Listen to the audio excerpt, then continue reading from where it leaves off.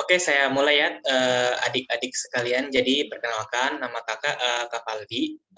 Kakak saat ini lagi ngajar bidang studi matematika, namun juga kadang ngajar kuantitatif kalau di Amsterdam Institute.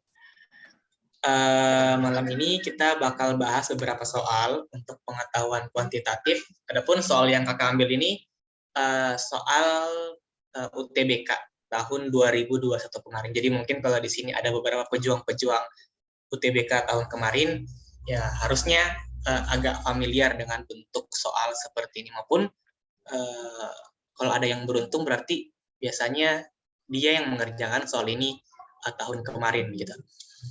Jadi yang pertama ini saya mau bahas dulu soal limit.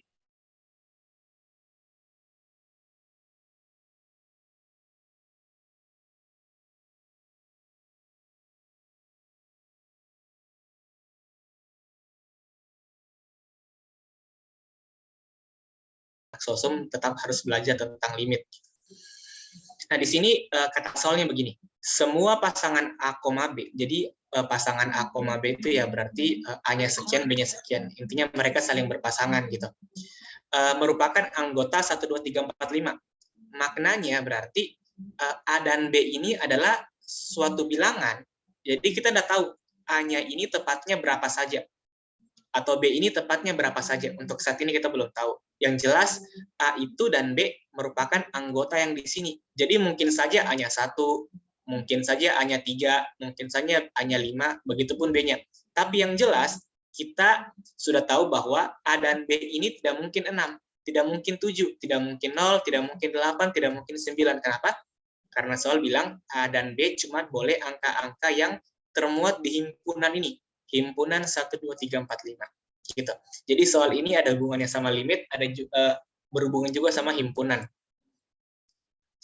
Nah, terus berdasarkan informasi di atas, 4 pernyataan berikut yang bernilai benar ada sebanyak berapa. Jadi ini tipe soal yang menanyakan dari keempat pernyataan yang diberikan, ada berapa pernyataan yang bernilai benar.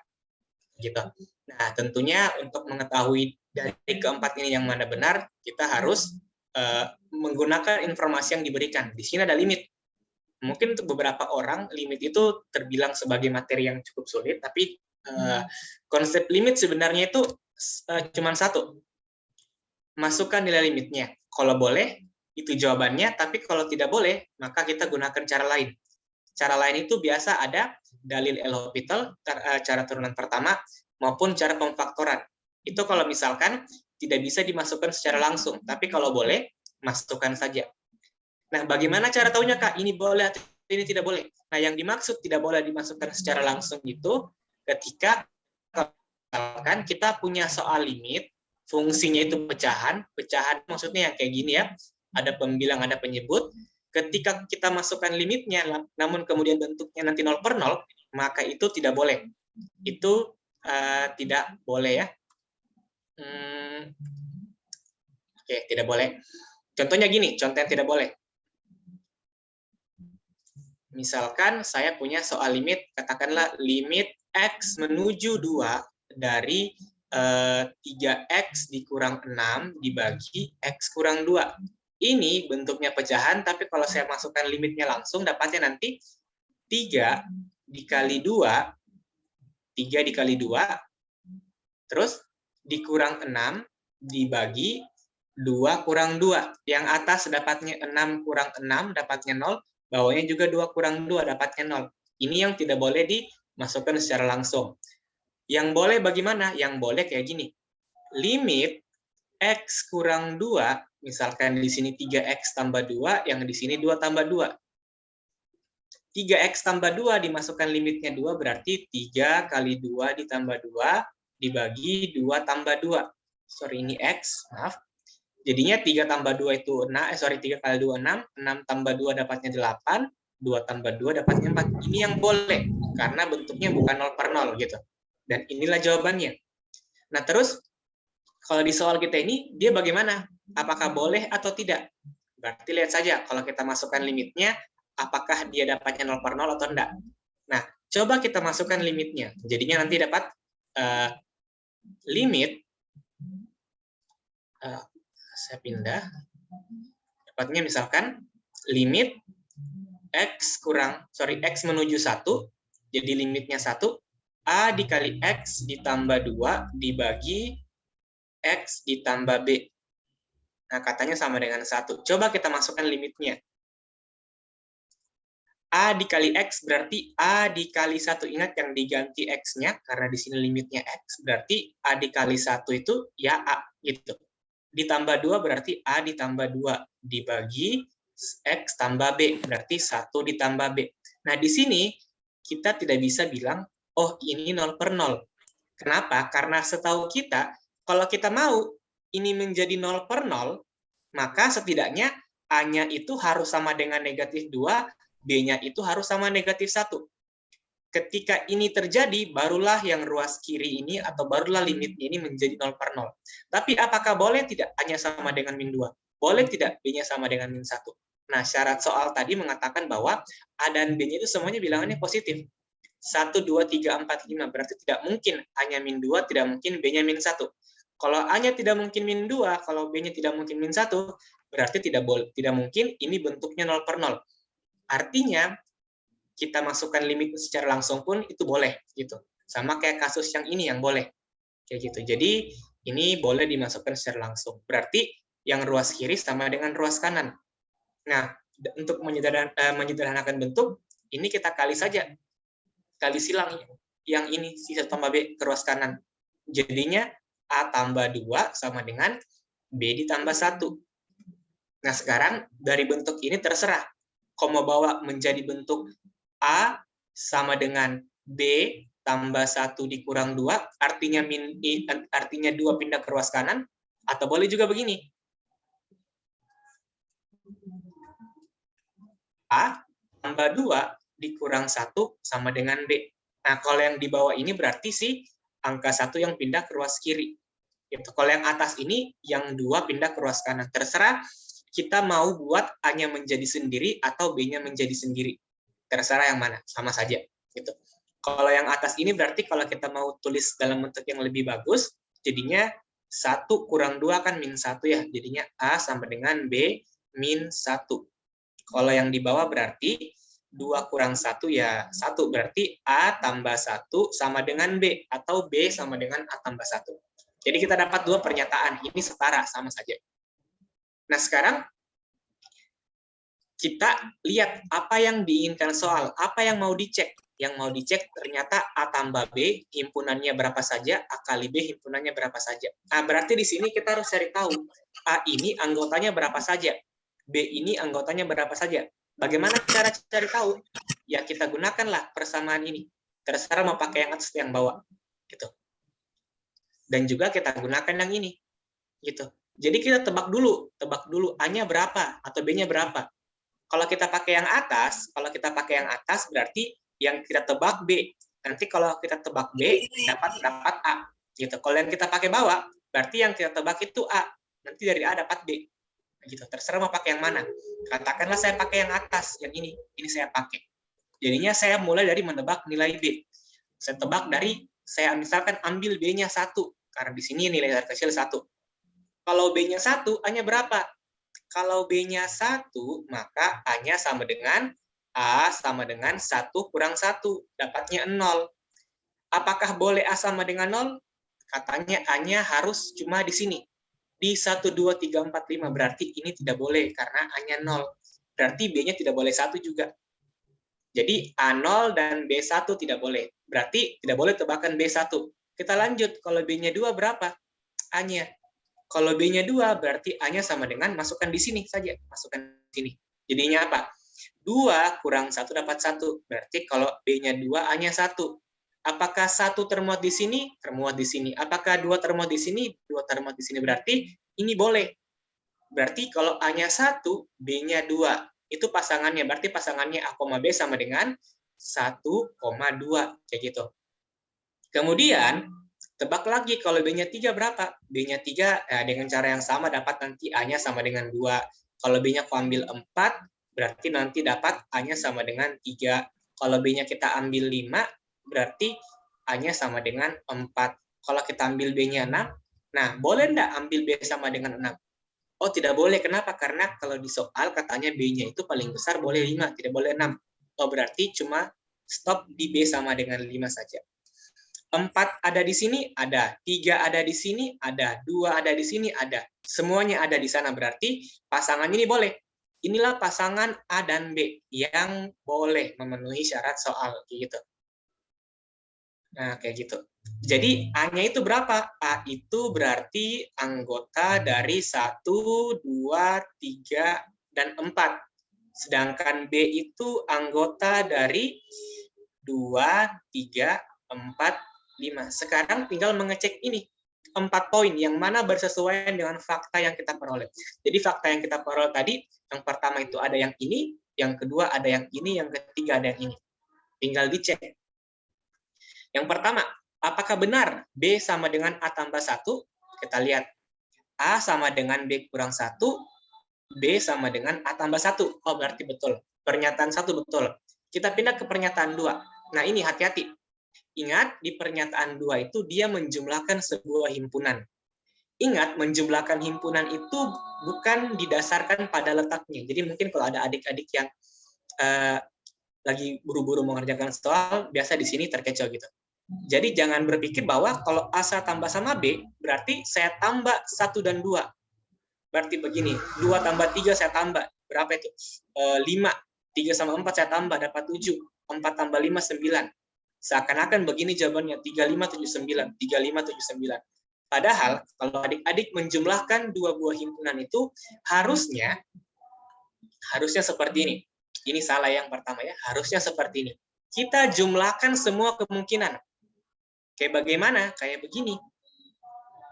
1 tambah 2, ya betul 3.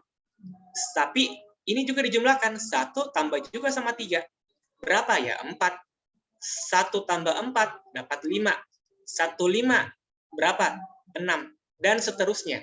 Intinya harusnya himpunan A tambah B itu bukan cuma 3, 5, 7, 9, tapi harus memuat juga 4 dan 6. Sedangkan di pernyataan 2, 4 dan 6 itu tidak ada. Gitu. Berarti ini pasti salah. Jadi kalau misalkan A sebanyak 4, B sebanyak 4, maka paling sedikit anggota A dan B itu harusnya 16. Gitu. Sorry, paling banyak 16. Gitu. Karena ada 4 kali 4 ya 16 gitu paling banyak. Cuman yang ini kayaknya tidak sampai 16 karena ada beberapa angka yang sama kayak 3 dan 3, 4 dan 4 kayak gitu. Intinya tidak mungkin anggotanya cuma 4. Begitupun yang nomor 4, kalau A dan B kita kalikan, jangan sampai terkecoh juga, jangan sampai ada yang berpikir bahwa A dikali B itu nanti dapatnya adalah 1 kali 2, 2. 2 kali 3 dapat 6. 3 kali 4 dapat 12. 4 kali 5 dapat 20. Jadi jangan sampai yang kalian kalikan itu cuma yang letaknya bersesuaian. Karena kalau kalian pikir begitu, pasti kalian anggap benar ini. Yang nomor 4, padahal ini salah. Harusnya kalau A dikali B berarti 1 kali 2, 2, 1 kali 3, 3, 1 kali 4, 4, 1 kali 5, 5. Jadi di A kali B itu harus ada 2, 3, 4, 5. Sedangkan di sini tidak ada angka 3, 4, dan 5. Berarti ini juga salah. Gitu. Salah. Nah, kemudian apakah A tambah B kecil dari A kurang B? Nah, kita lihat. A tambah B itu, jadi lihat saja, ini juga membandingkan A tambah B sama A kurang B. Jadi tidak selalu A kali B itu lebih besar daripada A tambah B. Apalagi di himpunan. Perhatikan di sini saja. A dikali B itu anggota terkecilnya 2 tadi. Karena ada 1 kali 2. Sedangkan di penjumlahan yang paling kecil itu 3. Nah, otomatis berarti kita tidak bisa mengatakan bahwa, tidak bisa kita bilang bahwa semua anggota A tambah B itu kecil dari A kurang B. Karena ada anggota A tambah B yang ternyata lebih besar daripada anggota A kali B, di mana 3 itu lebih besar daripada 2. Jadi kita tidak bisa menyimpulkan siapa yang lebih besar, A tambah B atau A kali B. Karena di lain sisi juga, di A kali B itu yang paling besar 20. Sedangkan di A tambah B yang paling besar itu ya 13 yang paling besar 9. Tapi untuk bilangan terkecil, justru lebih besar yang A tambah B dibandingkan A kali B. Jadi yang ketiga juga salah. Gitu. Jadi ternyata yang benar cuma nomor 1. Berarti dari 4 pernyataan ini yang bernilai benar cuma ada 1. Jadi di sini pesan saya tadi, dalam penjumlahan himpunan, itu jangan sampai adik-adik menjumlahkannya itu cuma berdasarkan letak yang bersesuaian. Kayak A yang pertama sama B yang pertama, atau enggak A yang kedua sama B yang kedua. Itu salah ya. Melainkan jumlahkan semua anggota yang di atas dengan semua anggota yang di bawah. Pasti banyak kemungkinan penjumlahan di sana. Tidak mungkin cuma sedikit seperti ini. Jadi itu jawaban untuk nomor yang ini. Ini juga soal ini tuh baru muncul tipe soal seperti ini tuh baru muncul tahun kemarin. Jadi jangan terkecoh ya. Ini menanyakan berapa banyak jawaban yang bernilai benar. Jadi kalau yang ini tidak ada trik pemilihan jawaban. Pokoknya harus dicek semua. Ini salah atau ini benar. Gitu. Nah, itu untuk soal yang ini. Nah, kita pindah ke soal selanjutnya. Kak Farid, ini ada sesi tanya jawabnya tidak ya? Boleh Kak, kalau misalkan ada yang mau bertanya. Oh iya, kalau ada tidak yang mau bertanya? Kalau tidak saya bisa dilihat kalau ada yang resen toh. Gimana? Bisa dilihat kalau ada yang resen, kalau tidak suruh unmute saja langsung. Oh iya, gimana? Saya kasih waktu misalkan 10 detik. Kalau ada yang mau bertanya silakan pencet tombol raise up. Nah, bisa mungkin lewat chat raise hand, raise hand. Raise hand atau chat private. Ada yang mau raise hand silakan.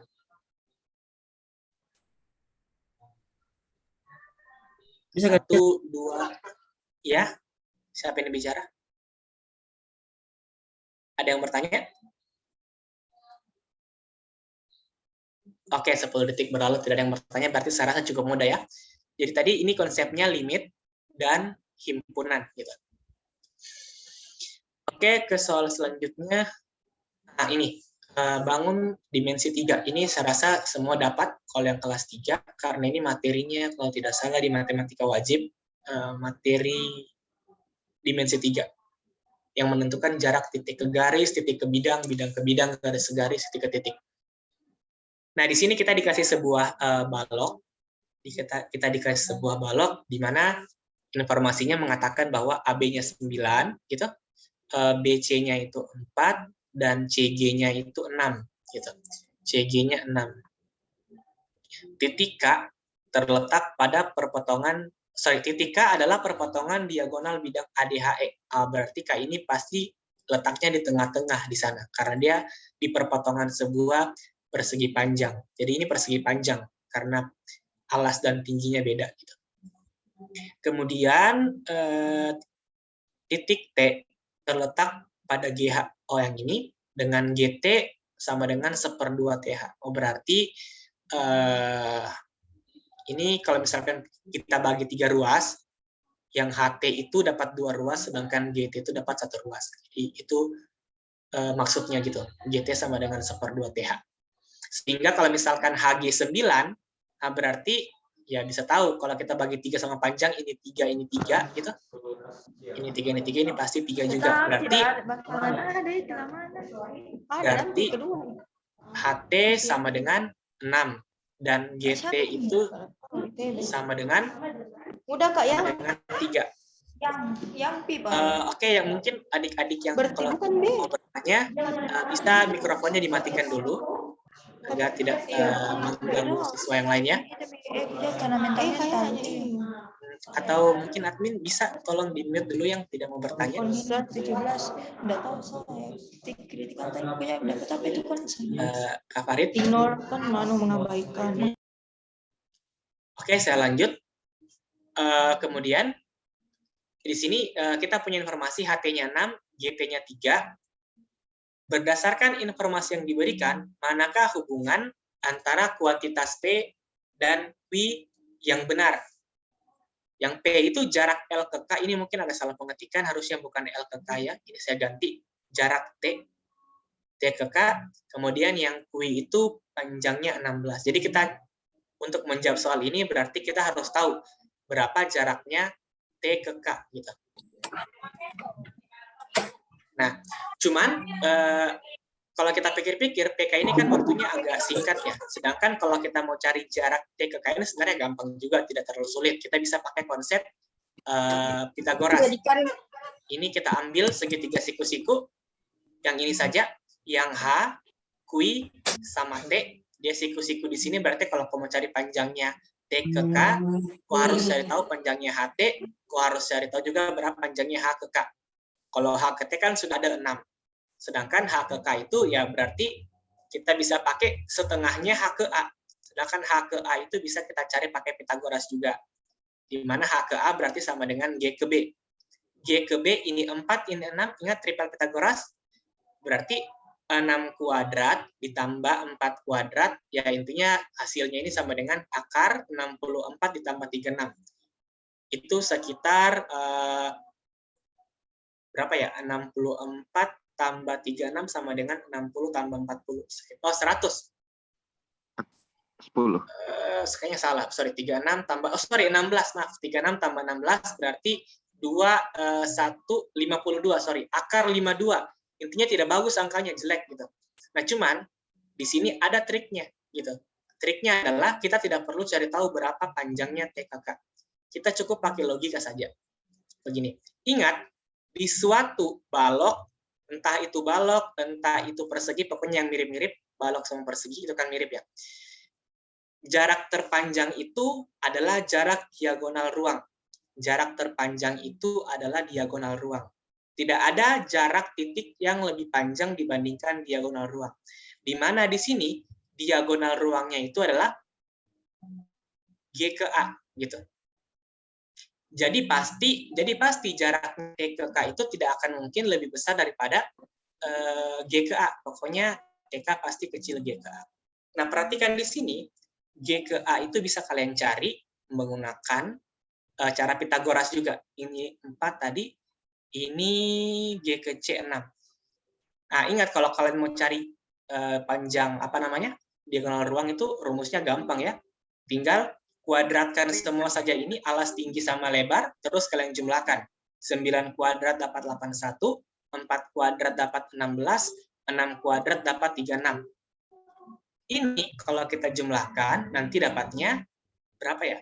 81 tambah 16 itu sekitar 97 tambah 36. Ini kalau kalian hitung dapatnya sekitar 6 tambah 7 dapatnya 13, 41. Berapa? 143 ya, Kak? 143 ya, 143. 143 ya. Nah, 143 ini ya pokoknya hasilnya jelek lah begitu. Nah, berarti panjangnya GKA ini 143. Berarti apa artinya? T ke K ini tidak mungkin lebih panjang daripada akar 143. Bagaimana dengan pembandingnya si Q? Q itu 16. 16 itu kita lihat saja mana besar 16 sama 143. Ingat 16 kalau kalian bawa ke akar, dia sama dengan akar berapa, ada yang tahu? 256 ya. Nah, jadi ternyata ini pun lebih kecil daripada 16 gitu. Jadi TK kecil ini kecil 16. Berarti TK ini pasti lebih pendek daripada 16. Kesimpulannya berarti ini TK lebih kecil daripada QI atau P kecil QI gitu. Jadi terkadang kalau soal yang begini tuh kita jawabnya pakai logika saja, tidak perlu mengikuti kemauan soal. Jadi seperti itu. Ini kayaknya sudah 30 menit ya mungkin. Sudah 19.38. Jadi mungkin untuk ada yang bertanya mungkin? Ya, boleh. Soalnya sorry, belum ya. Soalnya tadi telat 15 menit. Jadi sampai 19.45 kuitas Ya. saja. Oke, berarti masih bisa tuh soal. Untuk yang ini bagaimana? Ada yang bertanya? Saya kasih 10 detik. Kalau tidak, saya lanjut ke soal selanjutnya. Soal terakhir. Oke, saya lanjut ya. Lanjut, Kak. Ya, saya lanjut soal di mana ya? Nah, ini soal logaritma. Ini juga soal tahun kemarin. Nah, mungkin ini agak sedikit ribet bagi yang belum tahu konsep dasarnya. Jadi, logaritma itu ada dua. Ada persamaan logaritma, ada juga pertidaksamaan logaritma. Gitu. Jadi, logaritma ini temannya perpangkatan. Nah, logaritma, kalau untuk pertidaksamaannya itu biasa terbagi dua. Terbagi dua yang ini. Jadi ada yang A log B besar C. Jadi saya tulis sama ini, ada A log B besar C juga. Ini besar kecil, maksudnya tanda ini ya. Ini bisa kalian jadikan kecil, bisa jadikan besar, sama saja. Intinya, yang kasus yang saya maksud di sini itu, atau mungkin saya tulis begini saja. Ini besar C. Gitu. Ada dua kasus. Yang pertama itu ada kasus di mana mungkin sebelum ke sana saya jelaskan dulu. Jadi A, B, C ini masing-masing punya peran, punya nama di logaritma. Ingat, A ini namanya basis, B ini namanya numerus, C ini namanya ya hasil logaritma gitu. Jadi yang penting itu A sama B, numerus dan basis gitu. Ada syaratnya juga, kalau basis itu harus bilangan yang positif. A itu harus positif, tapi tidak boleh sama dengan 1. A besar 0, tapi A tidak boleh sama dengan 1. Kalau yang B itu, B cukup positif saja. Boleh sama dengan 1. Jadi tidak boleh basis negatif, tidak boleh juga 0. Begitupun numerus tidak boleh 0, tidak boleh negatif. Nah, jadi pertidaksamaan logaritma biasa terbagi dua. Ada persamaan logaritma yang basisnya itu besar 1, ada juga basisnya itu kecil 1. Tapi tetap lebih besar daripada 0. Gini. Kayak gitu. Jadi kalau misalkan basisnya besar 1, kesimpulannya nanti A berpangkat C itu ada hubungannya sama B. Gitu. Ini juga A pangkat C ada hubungannya sama B. Jadi maksud saya sebenarnya ini. Kalau kita punya logaritma, bentuknya ini sebenarnya bisa dibawa ke eksponen. Jadi kalau misalkan di sini sama dengan, maka bentuk eksponennya itu A pangkat C sama dengan B. Itu sebenarnya logaritma. Jadi kalau A log B sama dengan C, maka A pangkat C sama dengan B juga. Jadi kalau sama dengan. Yang jadi dilema biasa, kalau di sini pakai pertidaksamaan. Pertanyaannya, kalau di sini besar dari C, apakah dia ikut begini juga, atau justru begini? Karena di logaritma itu banyak di pertidaksamaan itu banyak ketidakpastian. Jadi kalau di sini besar, apakah di sini besar juga atau itu jadi kecil kayak gitu. Nah, untuk mengetahuinya, ini juga saya tidak hafal. Makanya karena saya tidak hafal, saya mau kasih tahu kalian bagaimana caranya, walaupun kita tidak hafal, kita bisa tahu kayak gitu. Jadi kita bisa ambil contoh. Misalkan saya buat bentuk logaritma yang bentuknya A log B besar C. Misalkan saya pilih A-nya 2, gitu. 2 log 4 misalkan, atau tidak 2 log 8. Nah, di sebelah sini saya tulis misalkan 4 gitu. Jadi A-nya 2, B-nya 8, C-nya 4 gitu. Nah, kita lihat 2 log 8 itu Ini jangan 8 deh, saya ambil 16. Di sini saya ambil 3. Alasannya tadi saya mau bentuknya A log B besar C. Nah, di sini ingat bahwa 2 log 16 itu berapa nilainya? Ya, 2 pangkat berapa dapat 16? Berarti ya 4, karena 2 pangkat 4 sama dengan 16. Jadi yang ini tuh nilainya 4, sedangkan C ini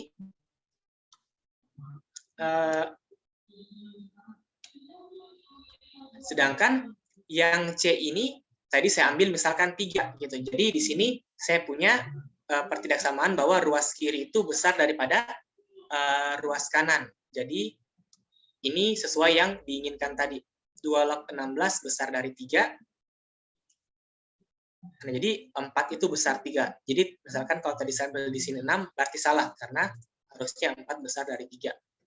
Kemudian kita lihat saja di sini 2 log 16 besar dari 3, maka 2 pangkat 3 jadi A pangkat C, depan pangkat yang belakang, depan pangkat yang belakang, apa hubungannya sama 16? Gitu. 2 pangkat 3 itu 8. 8 mana besar sama 16? Ternyata 8 itu lebih kecil daripada 16. Artinya, kalau misalkan saya ambil basisnya itu besar dari 1, yaitu 2, maka kalau di sini dia pakai besar dari, maka kesimpulannya jadi kecil dari. Intinya dia berbalik atau berubah tandanya. Kalau di sini saya ambil tadi kecil dari, maka di sini nanti pasti besar dari.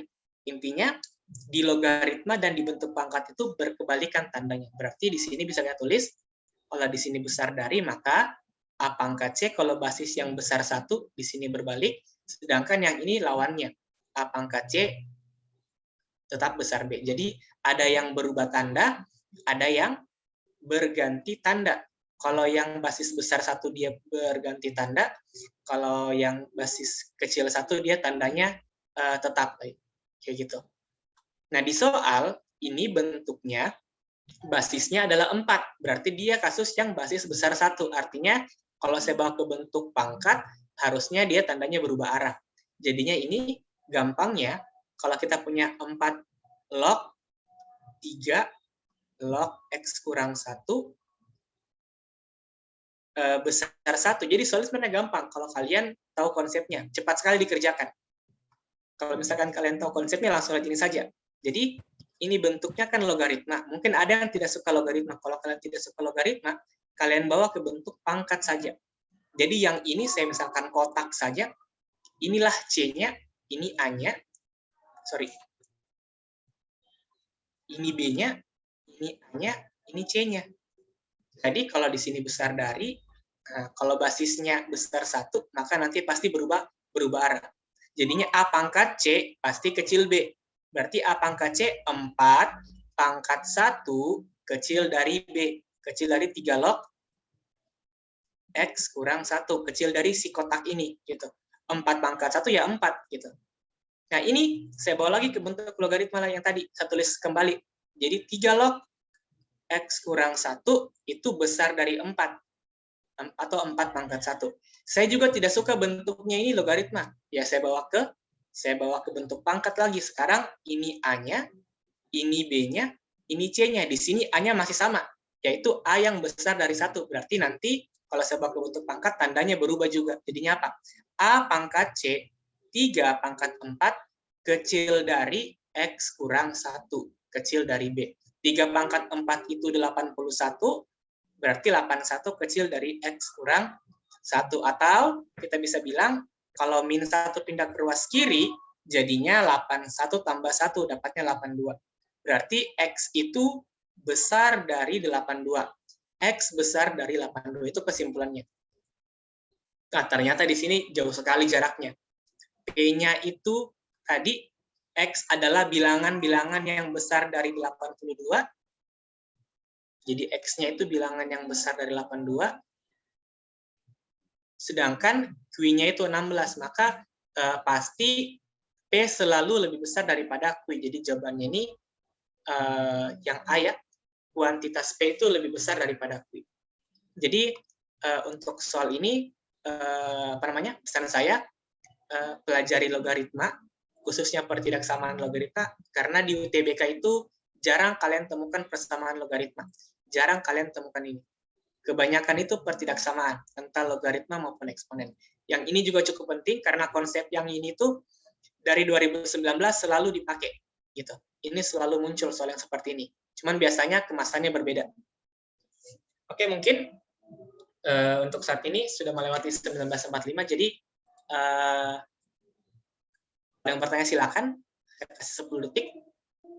Kalau tidak ada, kalian silakan. Kenapa yang ini siapa di namanya dulu? basis... Siapa namanya?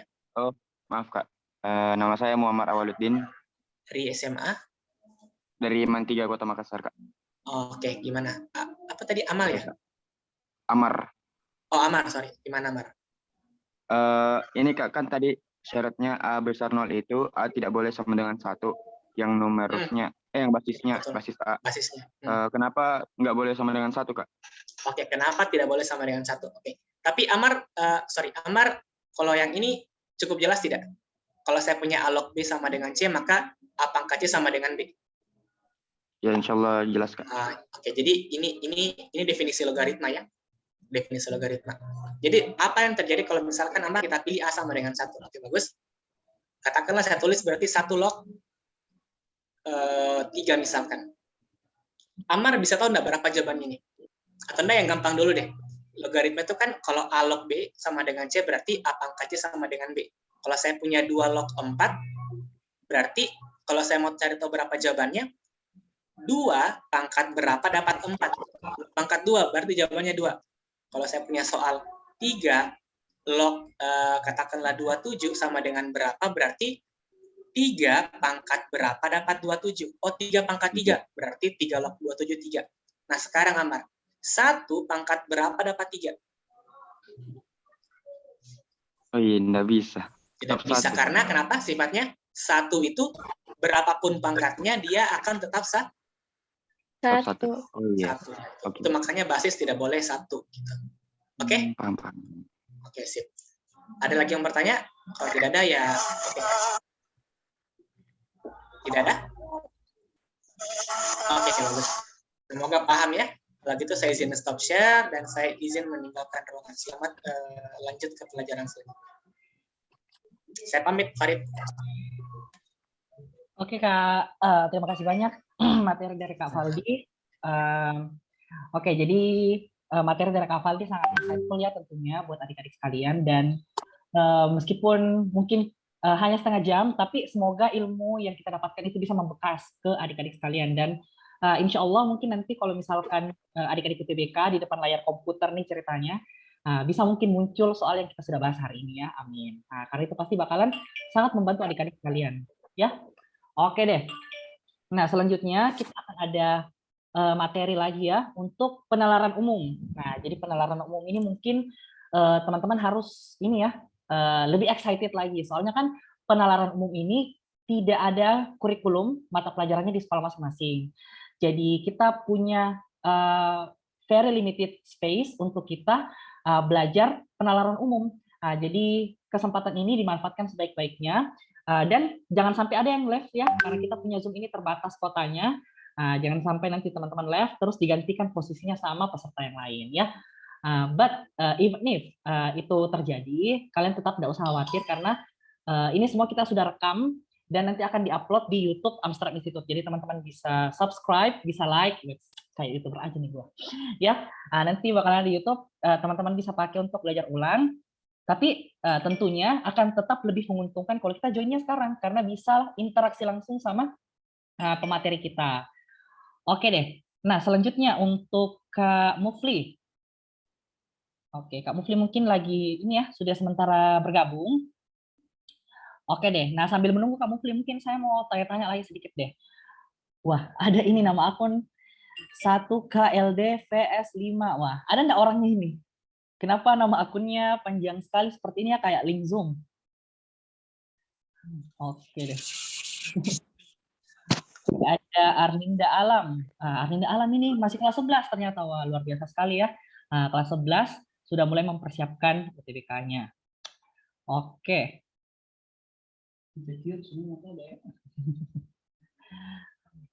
Oh, ada yang bertanya ini, nanti juga ada di YouTube enggak, Kak? Iya, ada nanti di YouTube ya.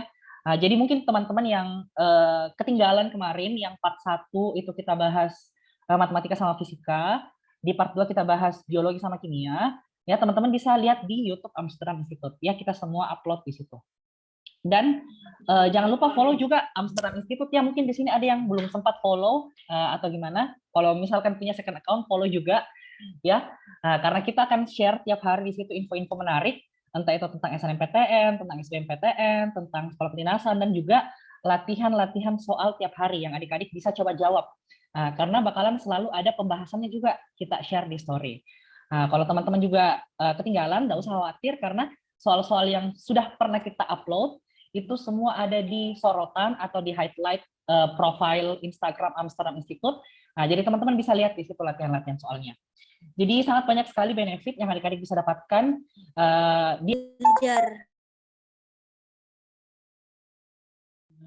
Oke, mohon maaf tadi ya mungkin ada sedikit kendala jaringan di sini. Am I audible right now? Bisa didengar? Bisa. Bisa, Kak. Bisa, Kak. Oke. Kayaknya Kak Mufli sudah bergabung. Halo, Kak Mufli sudah ada di room ini. Halo, cek. Terima kasih ya.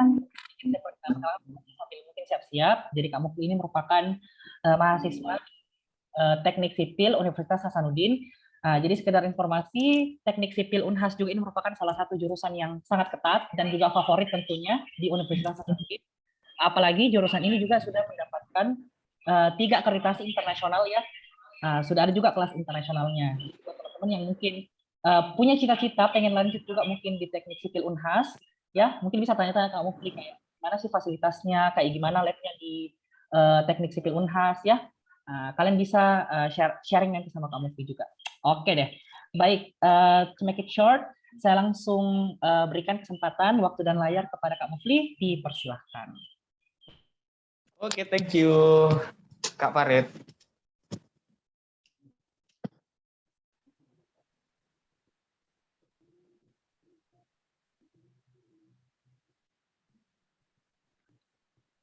Halo teman-teman.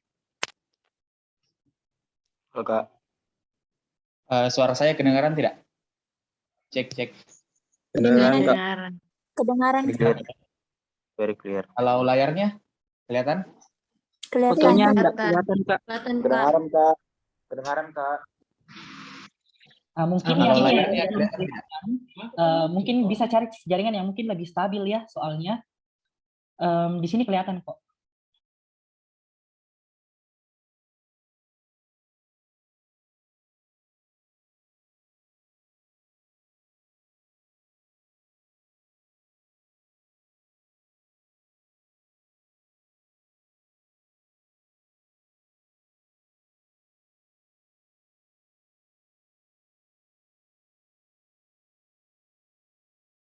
Saya lanjut. Seperti apa?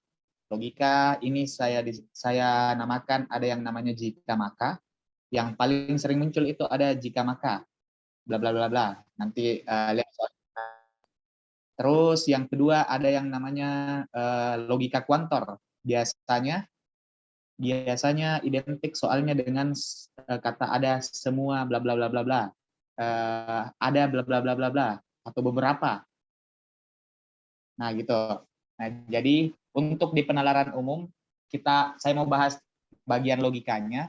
Logika yang paling pertama itu tentang jika maka dan yang kedua tentang semua dan beberapa. Nah, ini yang namanya logika kuantor, semua dan beberapa. Kalau jika maka ini logika deduksi. Jadi saya minta teman-teman coba kerjakan dulu soal yang akan saya berikan nantinya. Ini gampang kok soalnya. Ada 3 nomor dulu untuk penalaran yang seperti ini.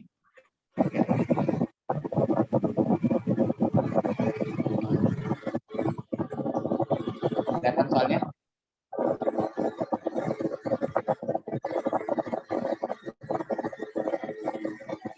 Kayaknya ada yang lagi dalam angkut atau ada yang lagi dalam mesin cuci ya? Karena suaranya kayak kresek-kresek.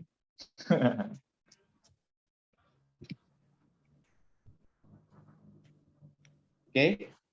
Nah, untuk teman-teman yang masih bergabung, coba silakan kerjakan soal penalaran umum ini 1, 2, dan 3. Saya kasih waktu 2 sampai 3 menit.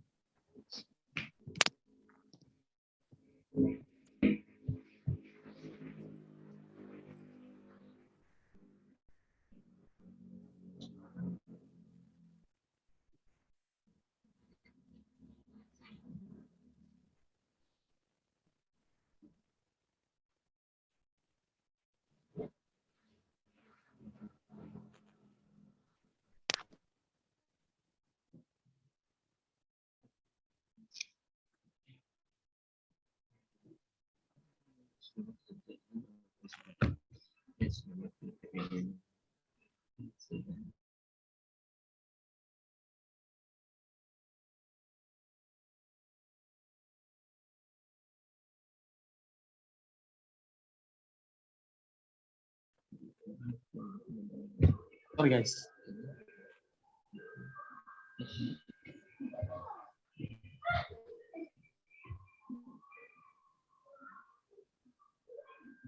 Nah, ini makin lebar.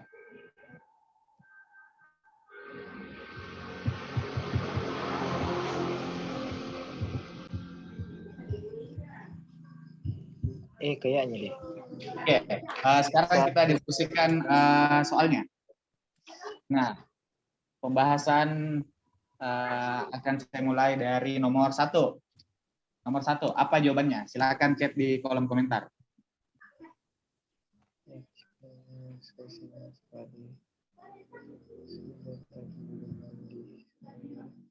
Oke, kalau teman-teman sudah menjawab jawaban nomor 1, silakan chat di kolom komentar. Oke, ada jawaban A, C. Insya Allah. Ada yang rumahnya dekat masjid ternyata.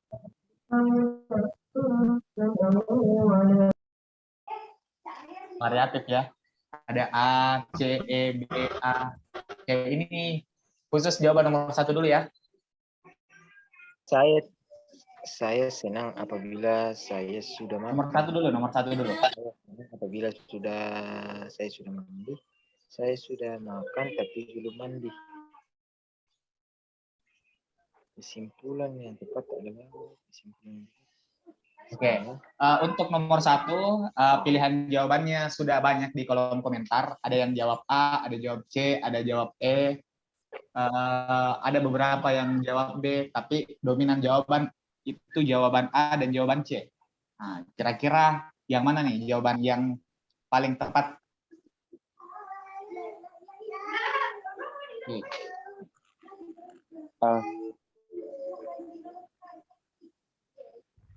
maka Q, R maka min Q, terus min Q maka R. Nah, oke. Jika saya ikut bepergian, maka saya senang. Jika saya berduka, maka saya tidak senang. Kejadian saat ini, saya tidak senang. Kesimpulan yang tepat. Nah, banyak yang jawab A, banyak jawab C, dan seterusnya. Nah, ini bentuk gampangnya kita modelkan bentuk logikanya seperti apa. Nah, seperti biasa, ini nomor 1 masuk materinya jika maka. Ya. Nah.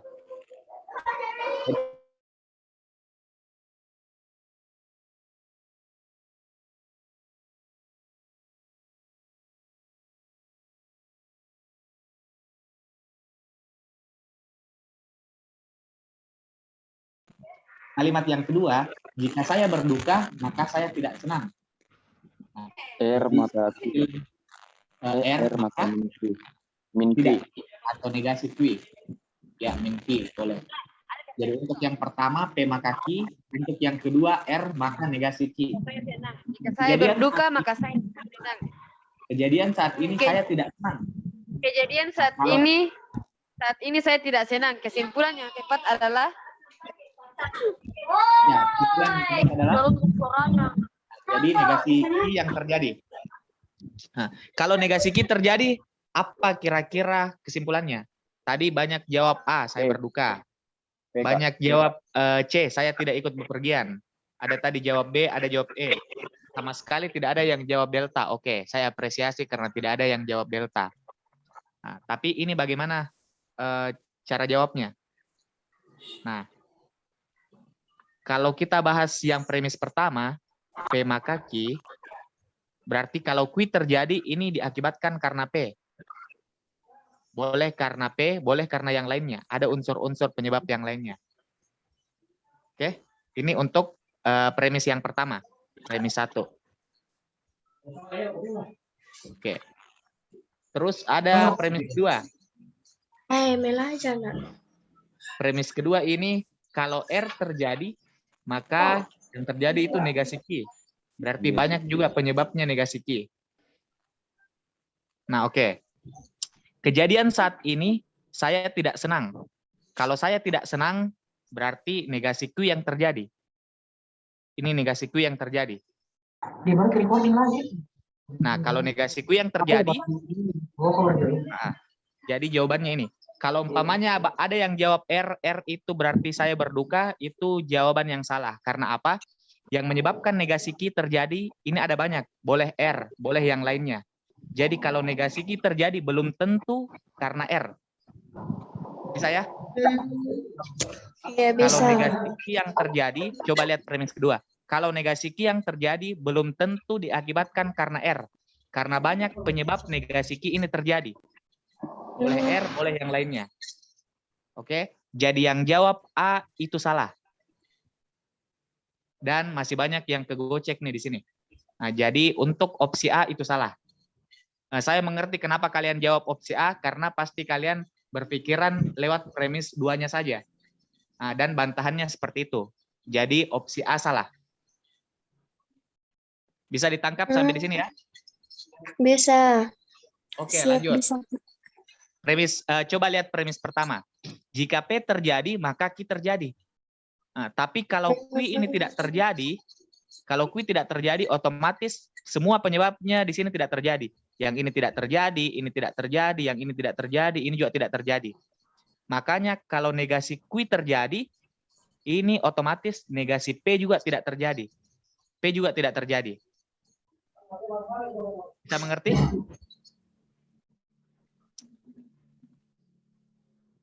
Oke, saya ulang di premis pertama. Kalau Q ini tidak terjadi, maka semua penyebab yang menyebabkan Q terjadi itu tidak terjadi. Nah, jadi kalau Q itu tidak terjadi, otomatis di sini tidak terjadi. Penyebab yang ini tidak terjadi nih. Yang ini juga tidak terjadi. Yang ini juga tidak terjadi. Ini juga tidak terjadi. Makanya kalau negasi Q terjadi, maka sudah dapat dipastikan pasti negasi P juga. Contoh yang lain ya. Jika hujan turun, maka jalanan basah. P maka Q ekuivalen dengan min Q maka min P. Oke. Jika hujan turun, maka jalanan basah. Berarti ini P maka Q. Nah, kejadiannya sekarang jalanan tidak basah. Seperti penjelasan yang tadi. Kalau jalanan tidak basah, berarti objek ini tidak terjadi nih. Ini juga tidak terjadi, ini juga tidak terjadi. Berarti di sini juga tidak terjadi. Apa kesimpulannya kalau ini tidak terjadi? Berarti negasi P atau hujan tidak turun. Nah, begitu konteks kalimatnya.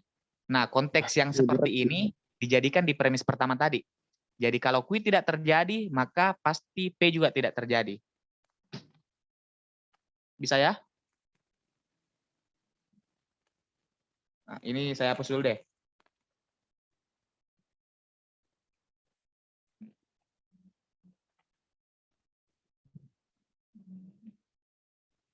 Nah, jadi untuk premis pertama biasanya dikatakan di soal begini. P maka Q ini ekuivalen dengan negasi Q maka negasi P. Negasi P. Ingat sekuat tenaga. Nah, sekarang kita lihat di soal. Kejadian saat ini saya tidak senang. Nah, kalau dia tidak senang, yang ini negasi Q, maka yang pasti terjadi adalah negasi P. P itu apa? P itu ini. Saya ikut bepergian. Tapi negasinya berarti saya tidak ikut bepergian. berpergian. Jadi nomor 1 jawabannya C. Eh, C. C, cocok. Jadi apa hubungannya premis pertama dengan premis kedua? Nah, tidak ada hubungannya premis pertama dan premis kedua. Premis kedua dihadirkan hanya sebagai pengecoh supaya Pengecoh, kalian Kak. jawab A. Astaga guys. Oke Kak, makasih Kak. Nah, jadi premis kedua dihasilkan atau diberikan di soal supaya kalian jawab A, padahal bukan A jawaban yang tepat. Jawaban yang tepat adalah C, cocok. eh, Kalau tidak ada pilihan jawaban yang benar, opsi E jawabannya, tapi ternyata ada opsi yang benar yaitu C. Jadi jawabannya tetap C, cocok. Jadi gitu. Bisa ya? Insya Allah, Kak. Jadi untuk nomor 1 itu jawabannya C. Kesimpulannya yang ini nih, yang saya kasih tanda centang 3 kali.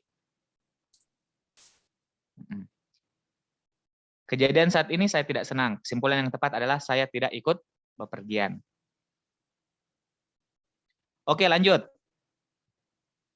Di nomor kedua. Garis dulu deh. Zet. Nah, gitu. Untuk nomor 2, silakan dipikirkan 1 menit. Terus drop jawabannya di kolom komentar.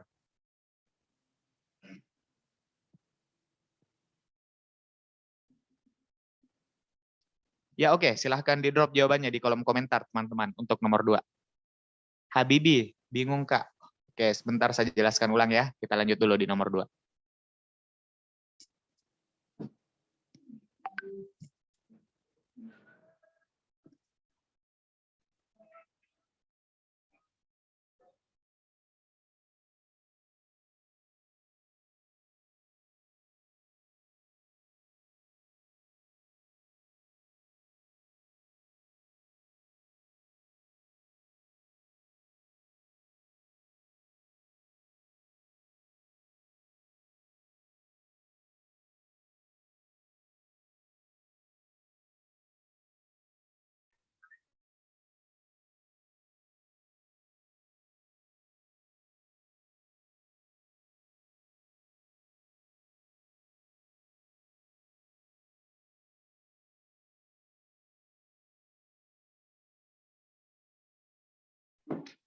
Nah, oke.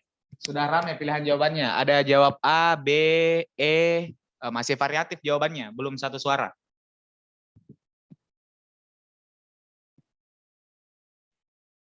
Ada jawab A, B, ada jawab E. Dominan jawab alfa dan beta.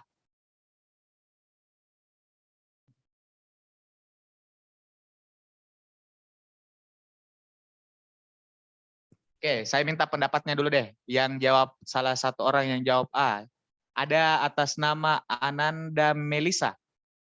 Boleh open mic. Kenapa pilih jawaban A?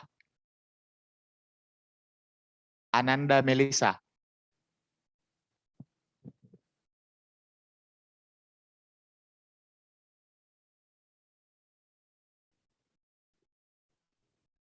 Oke, kayaknya temannya lagi tidur. Sudah jawab alfa, terus lanjut rebahan. Oke, nggak apa-apa. Lanjut untuk nomor 2. Kita bahas nomor 2 ya. Jadi untuk nomor 2 sudah banyak yang jawab A, B, dan E. Pilihan yang paling banyak kayaknya pilihan opsi A. Tapi kita akan bahas apakah opsi A yang benar. Oke. Nomor 2.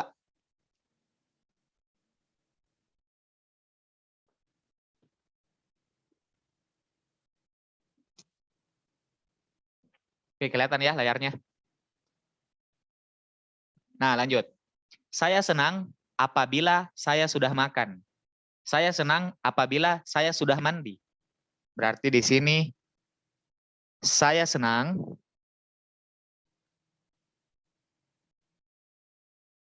apabila saya sudah makan.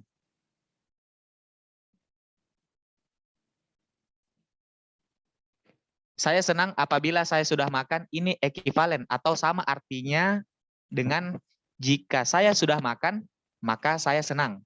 Jadi ingat bentuk lainnya atau bentuk ekivalennya. Ini ekivalen dengan jika saya sudah makan,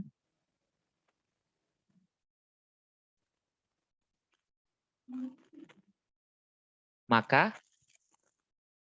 saya senang. Saya bentuk yang seperti ini dulu. Saya bentuk kata-katanya jika maka, biar gampang packing-nya. Oke. Jadi untuk premis pertama, saya senang apabila saya sudah makan, ini saya ganti kalimatnya. Menjadi, jika saya sudah makan, maka saya senang. Biar apa? Biar gampang kelihatan yang mana P, yang mana Q-nya. Nah, jadi P di sini saya sudah makan, ini P. Saya senang, yang ini adalah Q. Berarti untuk premis pertama ini P maka Q. Oke, lanjut. Untuk premis kedua kita rubah juga. Saya senang apabila saya sudah mandi. Berarti perubahannya adalah jika saya sudah mandi,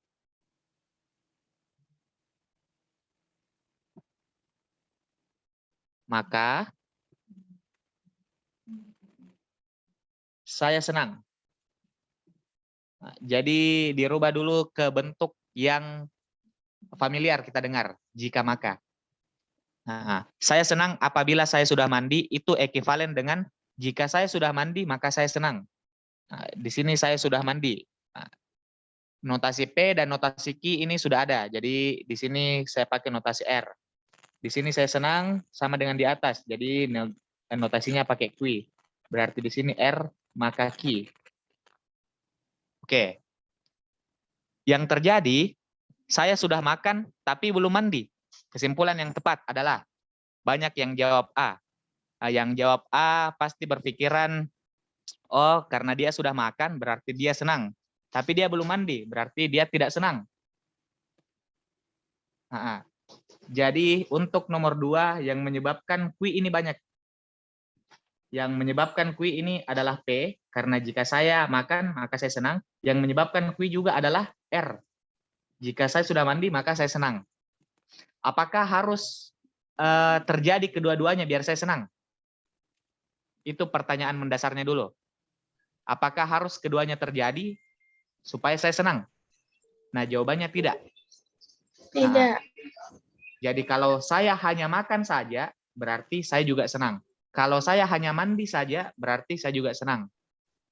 Nah, ini premisnya bisa dirubah menjadi jika saya sudah makan atau sudah mandi, maka saya senang. Jadi untuk realitasnya begini kurang lebih. P maka Q, R juga maka Q. Sekarang kejadiannya saya sudah makan tapi belum mandi. Nah, karena dia sudah makan, otomatis dia akan senang walaupun dia belum mandi. Jadi jawabannya tidak mungkin alfa. Karena tidak ada kejadian senang sekaligus tidak senang.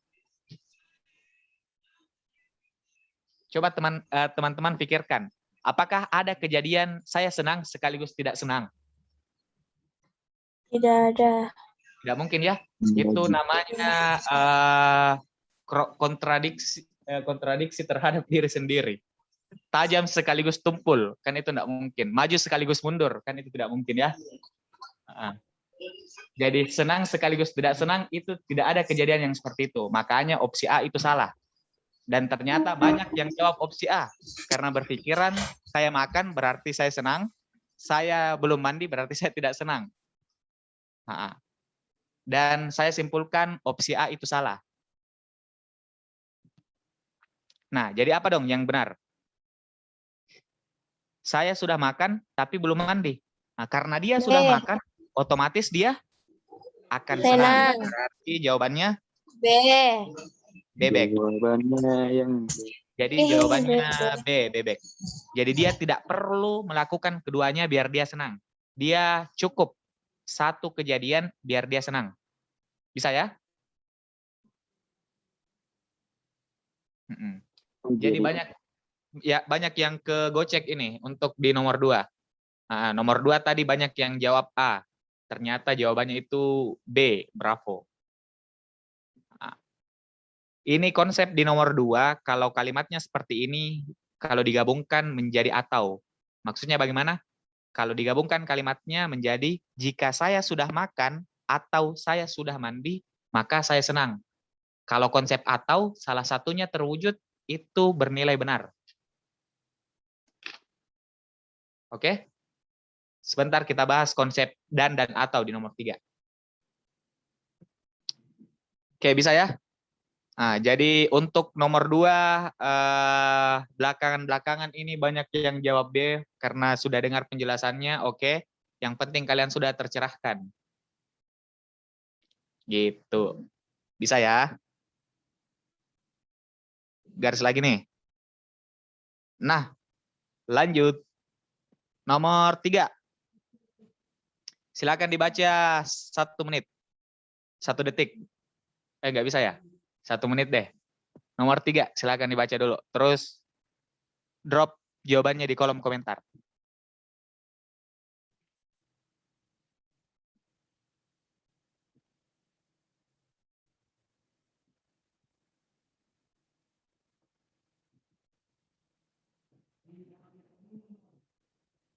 Nomor 3, C, D.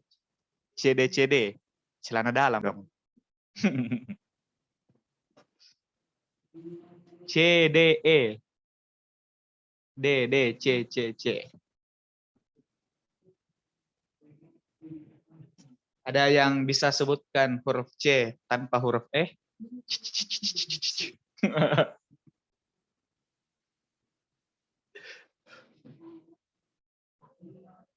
Oke, sudah banyak yang drop jawaban. Ada jawab C, D, E. Yang banyak jawabannya, yang banyak menjawab itu di opsi C dan opsi D. Opsi E ada, tapi ya lebih banyak yang jawab C dan D. Ini ada 84 peserta. Nanti, kenapa enggak open cam? Kenapa enggak open cam? Karena siapa tahu teman-teman terdistraksi nanti dengan kalau saya open cam. Makanya biar fokus ke monitor, ke soal, distraksi itu diundur dulu. Sebentar deh, kita open cam, kita cerita-cerita setelah bahas soal ya. Mau lihat muka tak, Kak?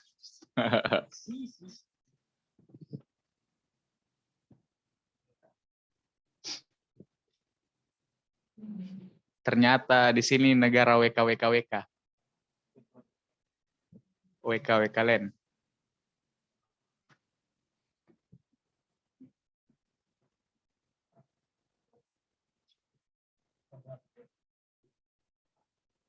Ketawa pakai WKWK itu gimana ya?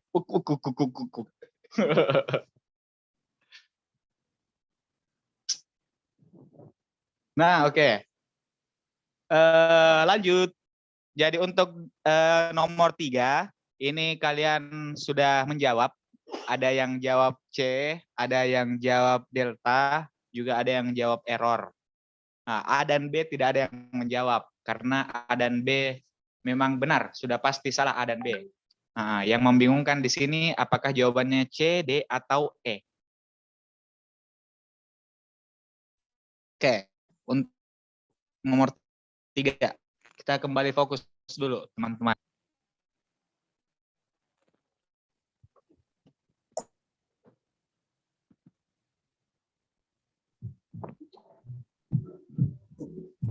Oke, saya lanjut ya di nomor 3.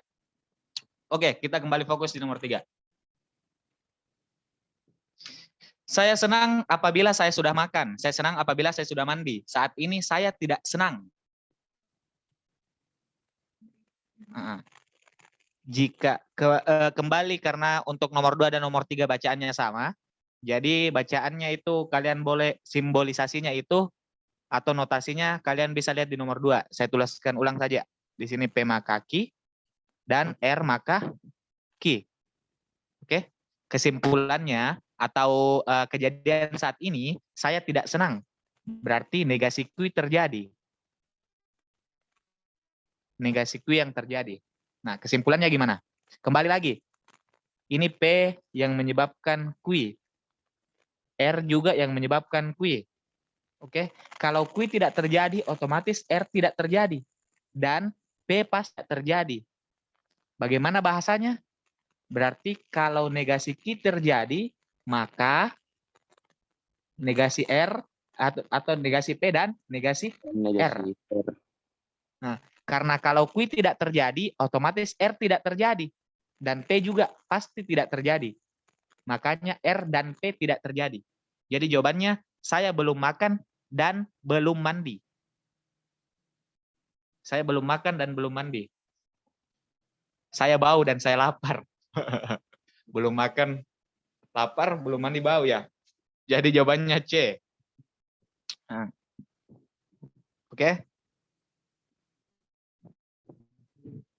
Nah, tadi ada yang jawab D, kenapa saya belum makan atau belum mandi? Nah, ini saya bahas sedikit konsep dan atau. Dan itu notasinya begini nih. Oke. Kalau dan itu harus keduanya terpenuhi. Keduanya terpenuhi. Maksudnya gimana? Nah, saya ambilkan saya pulpen dan pensil. Ambilkan saya pulpen dan pensil. Otomatis harus bawa pulpen dan harus bawa pensil. Dua-duanya harus terpenuhi. Kalau dia konsepnya atau, itu simbolnya begini, itu dia bernilai benar jika salah satu terjadi. Salah satunya oke. Misal, contoh soal yang sama, pulpen dan pensil. Dan atau, coret-coret-coret. Atau, ambilkan saya pulpen atau pensil. Kalau pulpen yang diberikan, itu sudah bernilai benar, walaupun pensil tidak diberikan. Kalau pensil diberikan, pulpen tidak, itu juga bernilai benar. Tapi kalau tidak keduanya, ini baru bernilai salah. Jadi kalau konsep atau itu salah satunya terjadi, itu oke. Tapi kalau dan, keduanya harus terpenuhi. Kalau kita lihat di nomor 3, saat ini saya tidak senang, otomatis begini kejadiannya. Yang ini nih. Kalau Q terjadi, otomatis R tidak terjadi, P tidak jadi. Maka P kata hubung dan, karena R Q ini tidak terjadi. Jadi saat ini saya yang tepat adalah saya belum makan mandi. Jadi jawabannya C, yang belum makan dan belum mandi.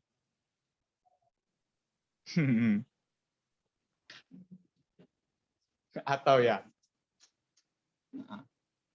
Katanya ada yang jawab saya, Kak, tapi bukan kata hubung dan, pakai kata hubung atau. Kerennya, Kak, kenapa Ki enggak dari dulu kah bikin begini-begini? Susah sekali, Kak, kemarin mengerti bedakan dan atau di PU, tapi mantap sekali cara tak jelaskan. Plong langsung masuk ke otak. Ayu to everyone. Oke, thank you, Ayu. Ayu, jangan lupa makan dan mandi ya.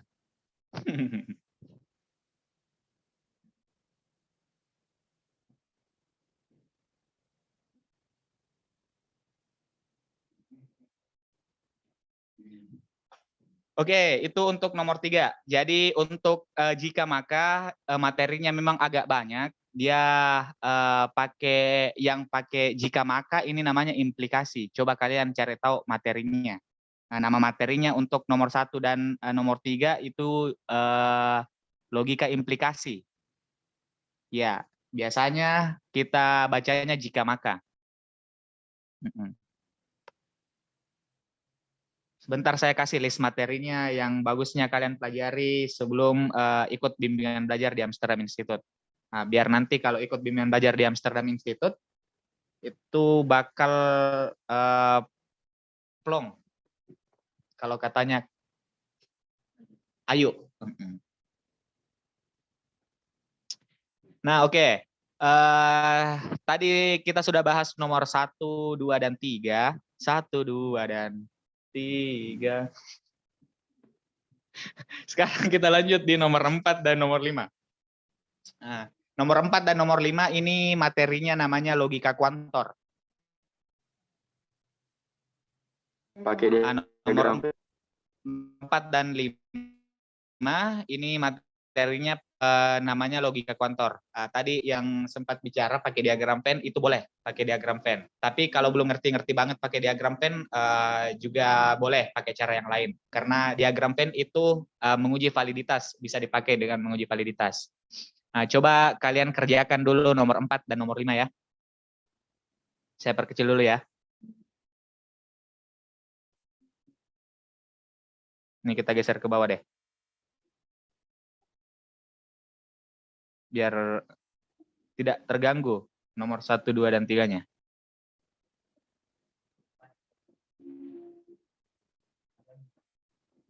Oke, silakan teman-teman kerjakan nomor 4 dan nomor 5.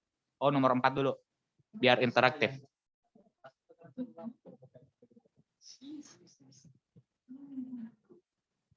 Andi Naura. Ini Andi ya?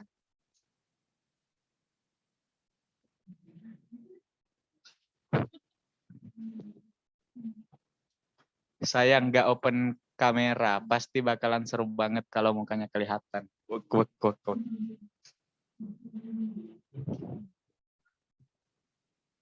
Fix bakal join terus kalau pematerinya begini. Hahaha. Halo Ebi, salam kenal ya. Tambah banyak fansnya ini, belum lagi open cam, tambah banyak fansnya. Hahaha. Oke, simpan rasa penasarannya dulu teman-teman sama pemateri.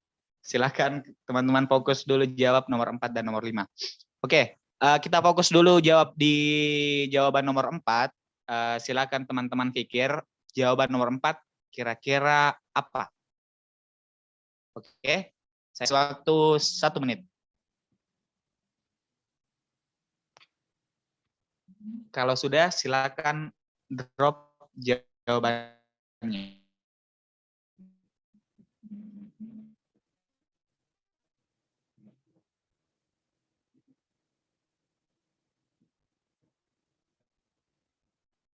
C A A A A C.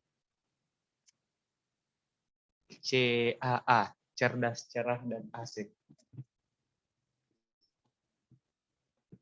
4A.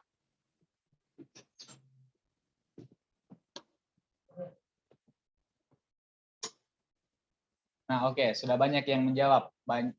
Ada beberapa jawab A, ada jawab C. A, Kak Mufli. Mufli, hahaha. Karena banyak hanya jadi Mufli, hahaha. Atau Mufli.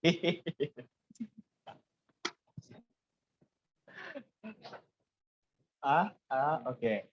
Sudah banyak drop jawaban, jawabannya banyak yang pilih opsi A. Apakah teman-teman ini kegocek atau memang opsi A jawabannya? Oke, 10 detik terakhir sebelum kita bahas.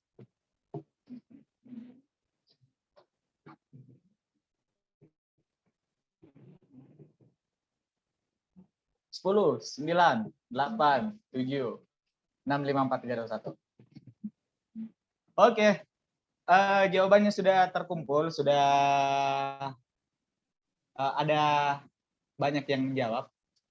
Banyak jawab opsi A dan opsi C, tapi dominan jawab A. Nah, oke.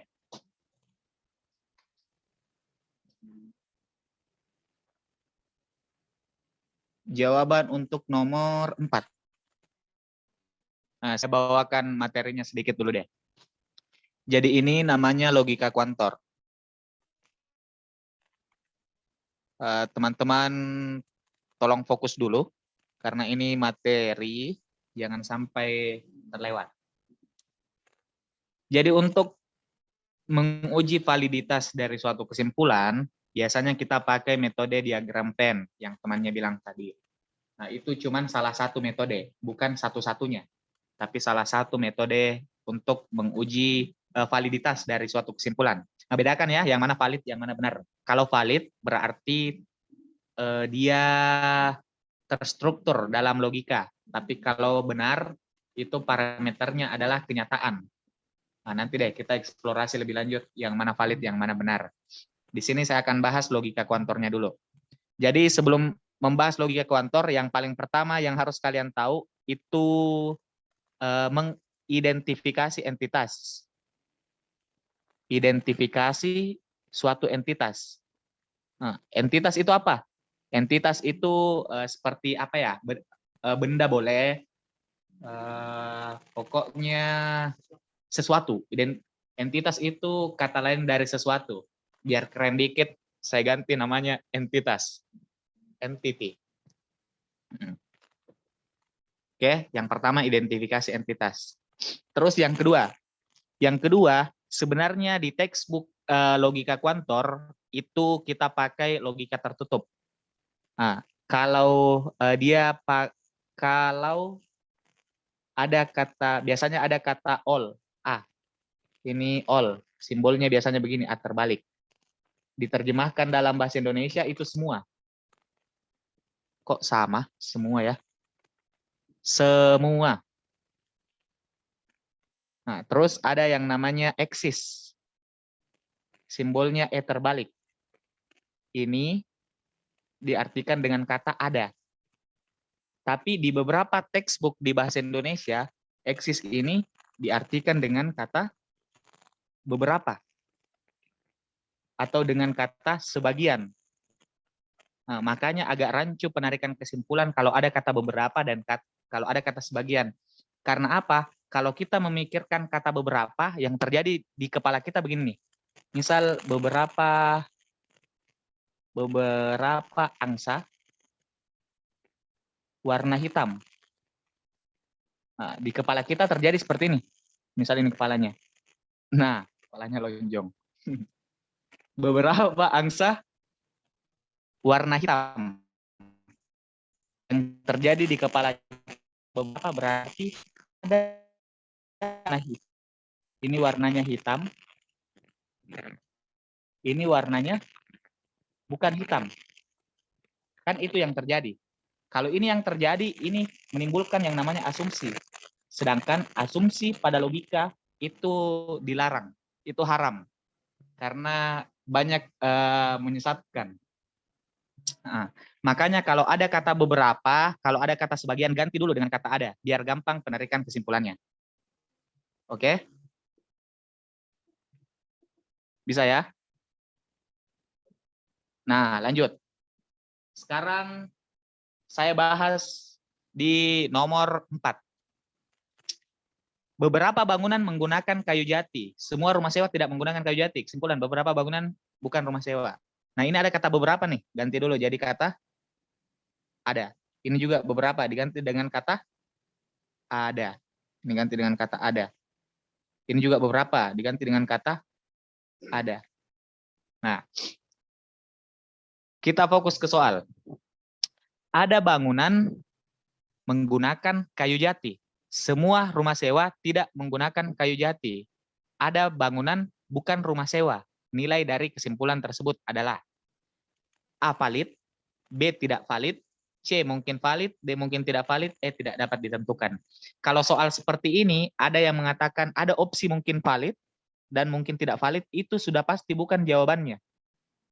Karena kalau mungkin valid, itu sudah pasti mungkin tidak valid. Nah, jadi ambigu jawaban mungkin valid dan mungkin tidak valid. Nah, namanya uji validitas suatu kesimpulan, jawabannya cuma ada 2, valid dan tidak valid. Jadi jawabannya tidak mungkin C, mungkin valid, dan tidak mungkin juga D, mungkin tidak valid. E juga tidak mungkin, tidak dapat ditentukan. Karena jawabannya cuma ada 2, kesimpulan itu valid atau tidak. Nah, jadi sebenarnya untuk nomor 4, jawabannya ini cuma ada 2, valid dan tidak valid. Valid atau tidak valid.